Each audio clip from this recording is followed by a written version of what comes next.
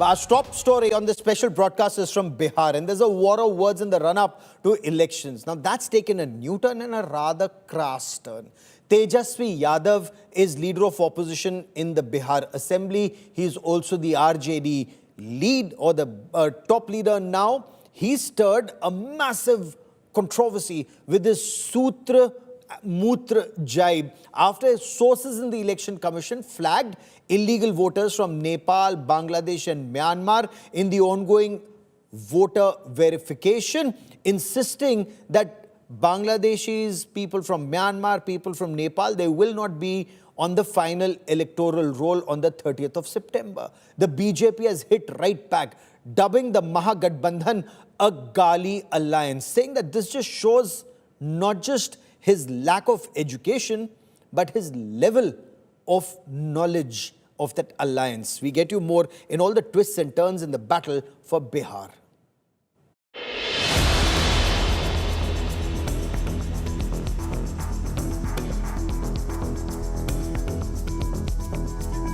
Bihar's leader of opposition, Tejashwi Yadav, is gunning for the Election Commission and the NDA in the state, after sources within the EC claimed that a large number of people from Nepal, Bangladesh and Myanmar were found to be living in Bihar during the special intensive revision of voter list. Tejashwi Yadav dismissed the claims, describing them as mutra, a Hindi word for urine. At a Mahagathbandhan press conference, Tejashwi said the inputs reportedly received by the Election Commission were mere smokescreen. He also questioned the legitimacy of the poll body's ongoing revision of electoral rolls and alleged serious flaws in the process. ये वही सूत्र हैं जो इस्लामाबाद, कराची, लाहौर जो कब्जा करवा रहे थे। ये सूत्र को हम लोग जो मूत्र समझते हैं, और इस तरह की अगर कोई बात है भी तो आखिरी बार यूपी की सरकार में 2003 में SIR हुआ था। उस समय हम लोग 3-4 लाख वोट से चुनाव हारे, तो क्या विदेशियों ने नरेंद्र मोदी जी को वोट दिया? Mukesh Sahani, another leader from the Mahagathbandhan and chief of the Vikashsheel Insan Party, also alleged irregularities in the voter poll revision process. चुनाव आयोग का बगैर तैयारी का जो काम कर रहे हैं, जब उनके ऊपर सवाल उठने लगा, जब उनसे काम नहीं हो रहा है, तो तरह तरह की बात कर रहे हैं कि बांग्लादेशी, म्यांमार, दूसरे कंट्री के लोग, नेपाल के लोग, इधर उधर के लोग, ये सब भटकाने के लिए बात कर रहे हैं। MIM's Asaduddin Owaisi too slammed the NDA. No, it is very embarrassing that a constitutional body is giving or is relying on sources. Why can't a constitutional body like ECI say, come out openly and tell to the media, who are these sources, please tell me. And ECI cannot decide or determine citizenship. Who has given them the powers? The BJP and allies were quick enough to hit back. Slamming the RJD leader, they called Tejashwi the Yuvraj of Jungle Raj and claimed that illegal voters are the RJD's support base. इस तरह की टिप्पणियां करना केवल तेजस्वी यादव कर सकते हैं। तेजस्वी जी की दिक्कत यही है कि पढ़े लिखे नहीं होने के कारण जो घर पे 2-3 उनके लोग हैं, वो जो रटवाते हैं, बताते हैं, वह जाके वह मंच पर बोल देते हैं, कहीं भी बोल देते हैं। नहीं, ये प्रेस के लिए जो कंटेम्प्ट है परिवार का, खास तौर से तेजस्वी यादव का, वो इसको जाहिर करता है किस तरह से मीडिया के लिए ऑब्जेक्शनेबल भाषा का इस्तेमाल किया गया। The Election Commission launched the Special Intensive Revision Drive on June 25th to verify citizenship status of registered voters in Bihar. More than 77,000 booth-level officers and government staff are currently verifying the credentials of 7.8 crore voters. Tejashwi Yadav's Sutra Mutra jibe has stoked a massive controversy in Bihar politics, with his opponents maintaining that this language only manifested that the RJD leader was jittery and nervous, anticipating a possible defeat in the upcoming assembly elections. Remains to be seen that what impact will this controversy have on Tejashwi Yadav's poll prospects. This is Rohit Singh in Patna for India Today.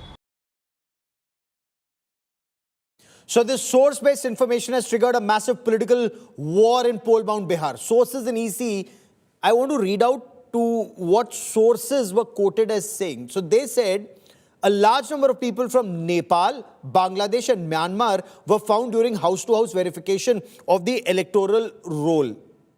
This is a part of the ongoing SIR or Special Intensive Revision of that process that's currently underway of the electoral roll. Sources also said those names will not be included in the final voter list, which will be published on the 30th of September. So when this question was posed to leader of opposition in Bihar Assembly, Tejashwi Yadav, he hit back. He said, "हम ऐसे सूत्र को मूत्र समझते हैं, or we consider such sources as urine." The NDA hit back, saying that this statement actually shows the lumpet politics, or the lumpen elements in politics in Bihar, not expected of somebody whose father and mother have both been chief ministers of the state, or it just shows his lack of education. But it does raise several questions about this SIR process in Bihar. One, why is the information coming only through sources and not officially? Why does the Election Commission not issue an official statement, which incidentally we are told they've just issued? Why is the opposition not waiting for the SIR process to be completed before objecting? Because there was no stay even by court. And does the opposition, and this is the question that the BJP is asking, does the opposition want Bangladeshis or Rohingyas on the voter list, to which of course they say that the same voters also voted in the Lok Sabha elections, which propelled the BJP to power at the center? So did the Bangladeshis and Rohingyas vote BJP to power? Let's take this to our guests on this special broadcast. Joining us on India First is Ravi Shankar Ravi, representing the RJD on the broadcast. Pradeep Bhandari represents the BJP. Amitabh Tiwari is a very well-respected election analyst and researcher, as is Ajit Kumar Jha, a senior journalist and analyst. Incidentally, both Amitabh Tiwari and Ajit Jha are from Bihar, and they will give us the sons of the soil perspective on what's happening on ground. Ravi Shankar Ravi, what kind of language is this, sir? हम ऐसे सूत्र को मूत्र समझते हैं, and that too at a press conference, and then repeated again the next day. Is this the language to be used by leader of opposition in Bihar Assembly, or somebody who's seen as an aspiring chief minister of Bihar? Gaurav ji, I think any word has to be understood in its context. What Tejashwi ji was referring, he was not referring to the entire media. He was referring to the section of sources which spread lies, rumor and hate, and have been claiming that Islamabad, Karachi have been conquered. His entire, we have to look at his entire clip, not just one word. So, and such sources are disgusting and repelling. So he used it, and it's not, I think, I mean, if you look at in a context, it's not unparliamentary. And also the kind of at the ground level, the election commission, the way they are doing this exercise without taking the documents, without giving the receivings, then what kind of exercise is going on? And one journalist named Ajit Anjumji, I'm not going into individuals. I'm not going into individuals. He's not here to defend himself or whatever he said. You know, he can that I'll leave it to for another debate. But I am simply on facts that are in public domain. People get information at times wrong. Sources may be wrong. But is this the kind of language that should be expected of somebody who aspires to be chief minister of a state? Or is there merit in the opposition or in the BJP saying it shows his level of education? But Pradeep Bhandari, Tejashwi Yadav's remark mocking ECI's sources, BJP may have slammed it, but your leaders are also not addressing that question that's being raised by the RJD. Is this reliable? Whatever ECI is saying through sources, it seems as vague, who are these foreigners? How are they making it? How will the ECI ensure that this entire process becomes transparent? Because the opposition is saying, RJD is saying there's no transparency in this process. There is no receipt that's being given, who submitted a form, who hasn't submitted the form. So how will all these issues be addressed, sir? Well, Gaurav, let me just state certain facts. Fact number one, the latest press release by the Election Commission, 88% have been enrolled in SIR. This is an official press release, so people in Bihar, the voters in Bihar are participating. Fact number two, the abuse of media by the RJD is something which is not new. Recall what happened on 5th October 2018 when journalist named Amit Bilari was given death threat by RJD workers. Sir, again, I'm not going into individual cases. My submission to you is, you know, when ECI says 88% have, submitted their forms, again, RJD asks, where is a copy of the receiving? What are documents that are being uploaded? What is happening? They have absolutely no idea. There's lack of transparency in the process, sir. Well, Gaurav, if that was true, then Supreme Court should have given an interim stay. Why did the Supreme Court of India not give an interim stay to their plea? Because the Supreme Court of India said that what the Election Commission is doing is constitutional, what it is doing is legal, what it is doing is moral. The Supreme Court, in fact, went to the extent of saying that it is in the wisdom of the Election Commission to decide whether it wants the Aadhaar cards to be used or not. And if it is not taking Aadhaar card, then the Election Commission should just write a specification. So the Supreme Court has given a clean sheet to the Election Commission. The reality is that till yesterday they were abusing the Election Commission. Today they are abusing the media, because the internal survey of the RJD suggests that they are losing the election. So they have a history of abusing constitutional bodies. And just let me quote a certain fact. I'm not going into individual cases, but this is the official Twitter handle of Lalu Prasad Yadav. So if Mr. Lalu Prasad Yadav can quote unquote use the word sources, then I believe that the media also has a right to use sources, and Election Commission also has a right to use sources. Just because the ground is slipping away from Mr. Tejashwi Yadav, he does not have any right to abuse the media, abuse the Election Commission, or even go to the extent of abusing the Supreme Court. Recall what Rahul Gandhi did 2 days back when he was in Patna. Rahul Gandhi even threatened the agencies. And if their intent and merit was fine, Gaurav, why did they not officially go to the Election Commission office in Patna and did a single official complaint? Why not a single booth level agent out of the 47,380 booth level agents that the RJD has nominated on the ground filed a single official complaint? Why are they not doing so? So on one hand, they are participating in the entire process. On the other hand, they are discrediting it because they know that Shehzada Tejashwi Yadav is losing his another election and he has to sit in the opposition. Please I'll get RJD to respond to that. A single fact that opposition or RJD has brought, which has been accepted by the Supreme Court or has been accepted even on the merit of truth. I'll get the RJD to respond to that, but let me quickly bring in Ajit Kumar Jha on this and Amitabh Tiwari. Ajit Jha, Tejashwi Yadav's remarks, are they polarizing the discourse and, from a political perspective? Is this a strategic move by the RJD? Rally its entire cadre together, undermine that broader debate on electoral integrity in Bihar and just keep it restricted around an allegedly biased election commission? Well, let me put it this way. First of all, Tejashwi Yadav didn't only use the term mutra, which he probably shouldn't have. He could have used a more gentlemanly term. But then he said something further, and that is interesting, where he pointed out that even if 1% of voters are left out of the verification process, almost 8 lakh voters across the state would lose their right to vote. Now, that is a very serious question. Let me point out something else, because I'm not only from Bihar, I come from the Mithila community. And 1/3 of Nepal, the southern part of Nepal, Terai, they are Maithils, by the way. So I come from a Maithil Brahmin family. At least 10 people in my family, not immediate family, but across my whatever relations, are married in Nepal.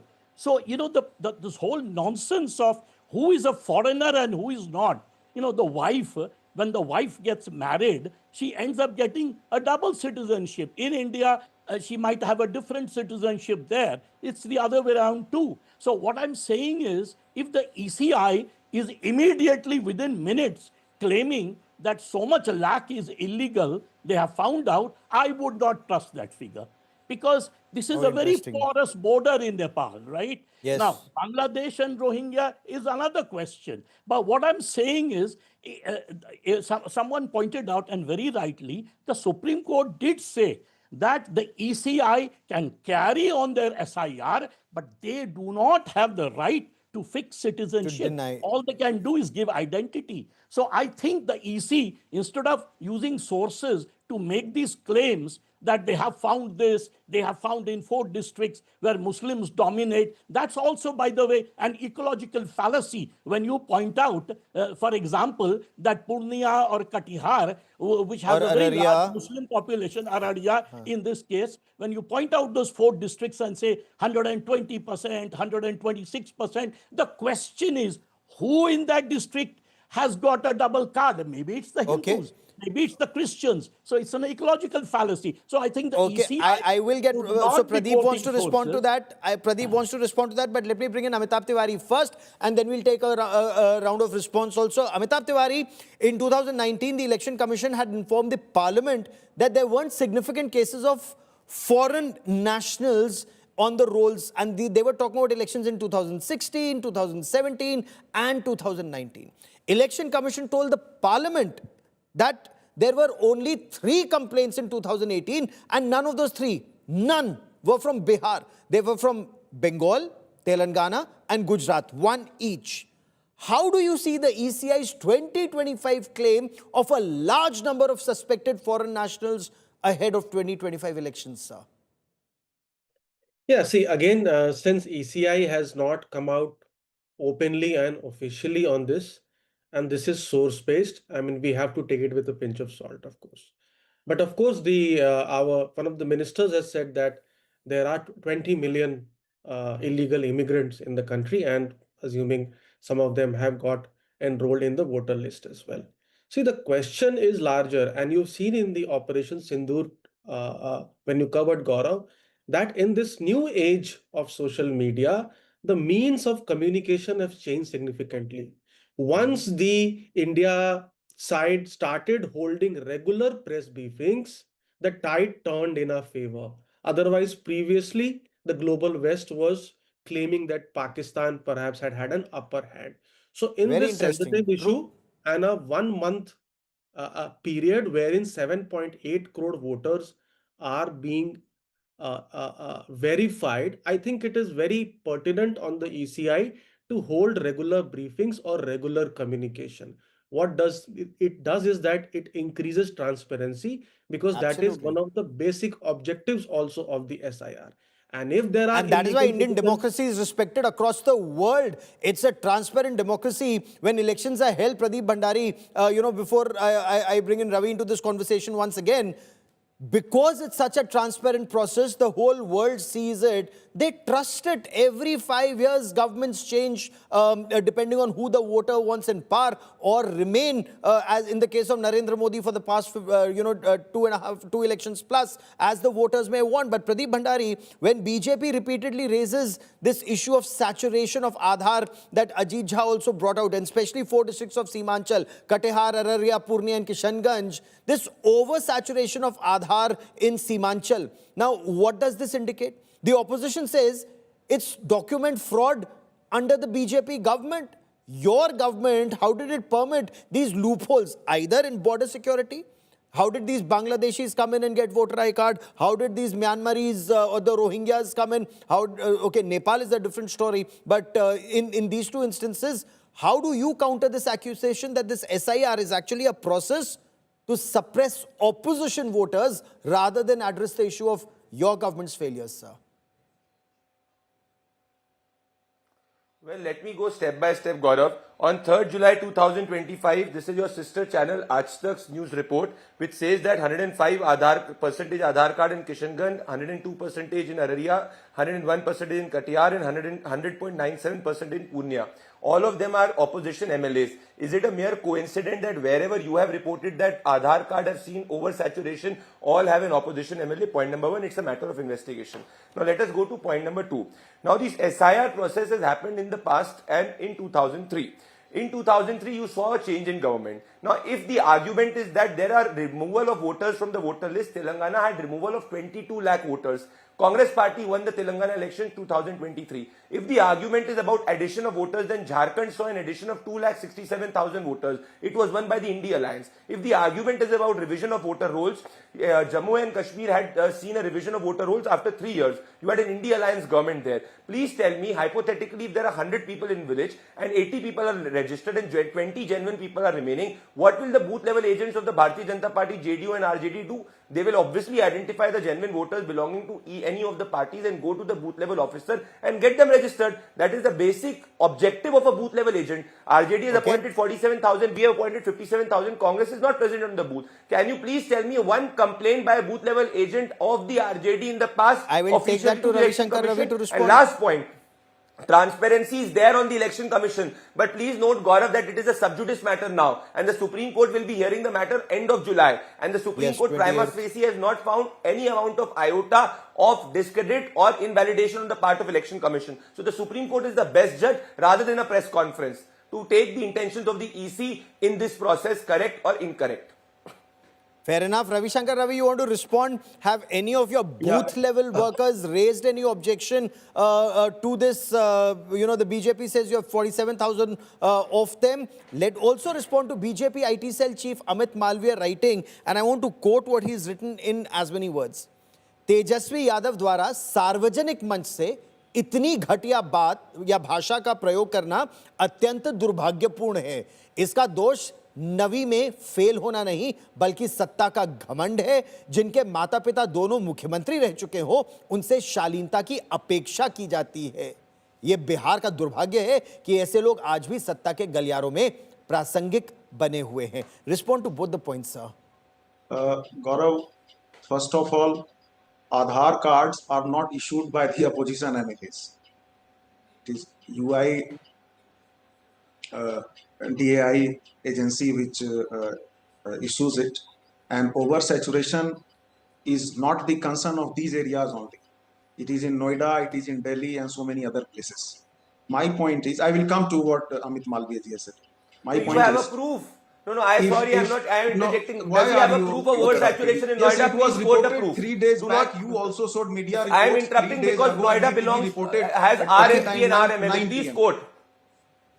Okay, just give me a 3 moment. days Let him ago, complete his point, sir. NDTV I'm coming to reported you. at prime Show the time. proof. I have not brought print out like you, but I can show it. I will have to find it out now. Sure. But the discussion Complete is your going point, in sir. some other direction. It is a well-known fact, Gaurav.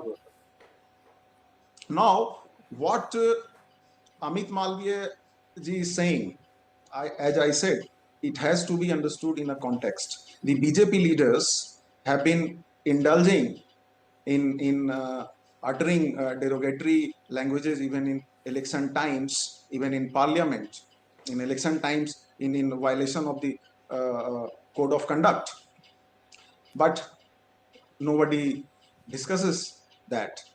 Here in the court, when the Supreme Court raised 3 points about the power, procedure and timing, the Election Commission was not prepared.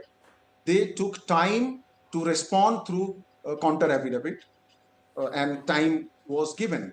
And the next hearing is on, as we all know, on 20th July. So the documents which are listed, Gaurav, in the list of the notification issued by Election Commission, so many of them are issued on the basis of Aadhaar. So they will also be fake. Then what kind of an special intensive review is taking place?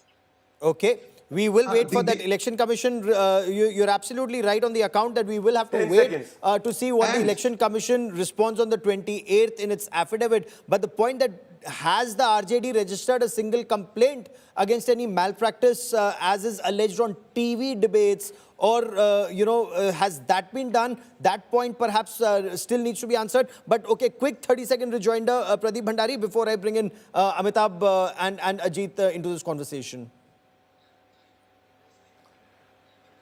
Gaurav, RJD should be the last party which speaks about language. They have abused the media, they have abused the sources. So I will not go on towards that tangent. Let me come back to the specifics. Still the RJD spokesperson has not answered. 47,000 Gaurav, not a small amount. 47,000 booth level agents are appointed by RJD on the ground. Not a single official complaint. If the Supreme Court had found that the timing is wrong, procedure is wrong and the intent of election commission is wrong, please tell me, has the Supreme Court given a permanent stay? Has the Supreme Court restricted the election commission? Has the Supreme Court put an interim stay? The answer is a big no on the three. Comments which we proves shall that see the what happens on opposition's the argument 28th, was political. It did not have merit. Okay, Amitabh Tiwari, the ECI's By that exclusion time, of 100% Aadhaar, of the SIR will already be done. ration card, voter ID as proof of citizenship, that's drawn criticism or suggestions even from the Supreme Court. Now, in Bihar, and I'm talking about Bihar specifically, there's was a mere 88% opinion. saturation of Aadhaar. Your experience, okay, let me just bring in Amitabh, I'll come back to you, sir. Your experience, what does this indicate? Is this justified? Or, as is seriously said by several analysts, there is a grave risk that legitimate voters could also be disenfranchised, particularly either the poor or the marginalized or those who are outside. See, I think this case will be a landmark case because this is essentially pointing out to the fact that we need a national register of citizens. Because Yes. if the objective of the exercise is to weed out illegal immigrants or citizens, and the Supreme Court says that ECI cannot decide on the citizenship, then first we need a national register of citizens. That's first.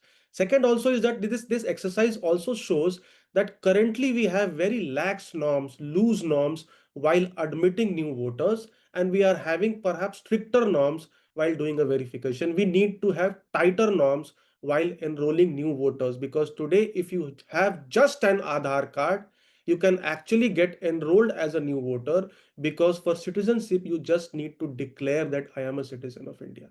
So we need tighter rules for voter enrollments and also a national register of citizens so that it is very clear who can be on the voter list and not. And this will eventually lead to that, I believe, in the Supreme Court. In fact, Ajit Kumar Jha, leaders like Asaduddin Owaisi of the AIMIM, in fact, several opposition leaders insist that this SIR is actually nothing but NRC through the back door. Well, I don't think when Amitabh was saying National Register of Citizens, he was actually talking of the NRC. You know, it's an irony that 78 years after independence, we still do not have a single document which defines our citizenship, when every other developed democracy in the world has so. And it's really shocking that both the Congress, which was in power for 50 years, and the BJP, which has been now power for almost, 16, 17 years, have not thought of one document which proves who is a citizen of India. And then you start this so-called, witch hunting that is going on under the SIR without sort of clarifying what a citizenship is. Is identity citizenship? Is citizenship more than identity? And by the way, the Supreme Court talked about it. And that's why the Supreme Court said that the Election Commission can talk about identity, but they cannot grant citizenship. If they cannot grant citizenship, they have no right to delete citizenship. So I think this is something we need to, because now the Election Commission has said, not only in Bihar, but across the country, we are going to have the SIR. So in that case, first let's define what a citizen is. And that has to be done by the government of India, not by the Election Commission. So I think that's very important. And I think that's what Amitabh meant when he talked about the National Register of Citizens. Right, Amitabh? Okay, Amitabh, you want to quickly respond before I... Yes. Agree, yeah. Okay. Pradeep Bhandari, is there a pattern? And there are several political analysts who say that the BJP raises this issue of outsiders before every election. It may work, it may not work. For example, Bihar Assembly elections 2024, Delhi 2025, Maharashtra 2024, West Bengal 2021, Assam 2016. There's virtually a pattern to this, sir. Well, point number one, Gaurav, in 2021, if you recall, when we were getting a bill to interlink Aadhaar with voter ID, it was the Congress party and the ecosystem of the Congress party which opposed it, saying that it is against right to privacy. Point number one. Point number two, if I extend your argument that we only raise it near to election, please, Allow me to complete. 5th July 2025, 200 illegal immigrants from Bangladesh belonging to Bangladesh airlifted from Vadodara. Please tell me which election is in Gujarat in 2025. We are also identifying illegal immigrants in Delhi after our government has come in. Please tell us which election is in Delhi at present. The opposition has always and consequently backed illegal infiltrators. We have raised it in Jharkhand where we did not win the election. We are raising it in Bihar. We are raising it in every state because it is to do with the national security. And please tell me, what is the Representation of People's Act? The Representation of People's Act says that only a citizen of India more than 18 or 18 years of age can vote. Now, if somebody who is not a citizen of India or has got a document by surreptitious means, by support of the opposition or some local administration, it is our duty as a government which believes in national interest to obviously identify that and take into action. When we had got the NRC, it was the same people, the entire lobby which opposed it. Now, I will throw another question. You recall what happened during the time of CA, Sir, you should actually be giving us answers since you are the ruling party. You're the ruling party. You should be giving us answers. The question is, sir, the question is, in case there's any political leader, we are identifying the illegal immigrants. We are taking them out. And who's giving them Aadhaar cards? Who's giving them voter cards? Take action against those elements. Take action against whichever leader, whichever party. Take action against them. Tell me one.